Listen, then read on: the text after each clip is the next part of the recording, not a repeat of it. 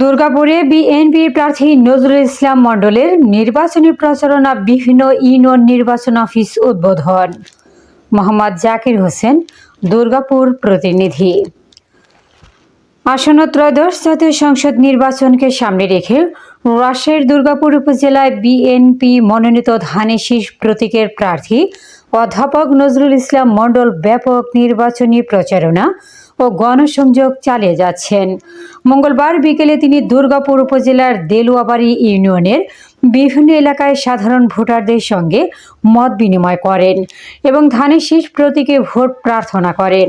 এ সময় তিনি ভোটারদের সাথে কুশল বিনিময় করেন এবং বিএনপির রাজনীতি ও ভবিষ্যৎ পরিকল্পনা তুলে ধরেন।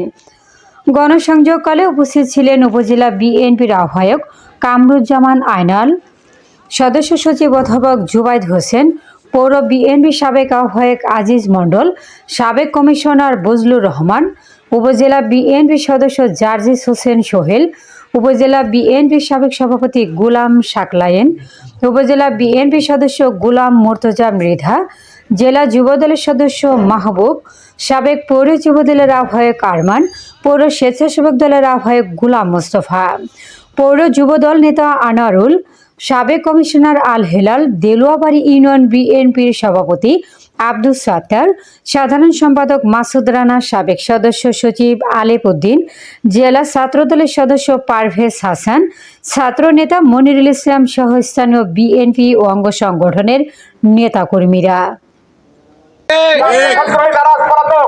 বিরোধী শক্তি তারা শুধু আমরাই বাংলাদেশ স্বাধীনতা সার্বভৌমত্ব এদেশের মানুষের শান্তি স্থিতিশীলতা ধরে রাখার জন্য জাতীয়তাবাদের আলোকে কাজ করবো। এই জাতীয়তাবাদ শক্তি বাংলাদেশের প্রতীক আছে, বাংলাদেশের প্রতীক আছে, কোন প্রতীক?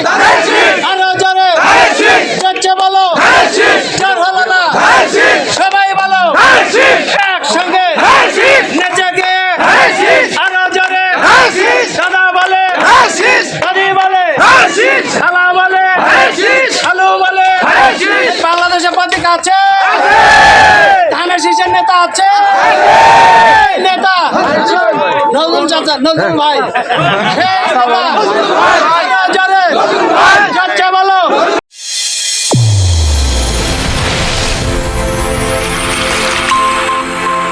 চ্যানেল A1 হৃদয় স্পন্দন।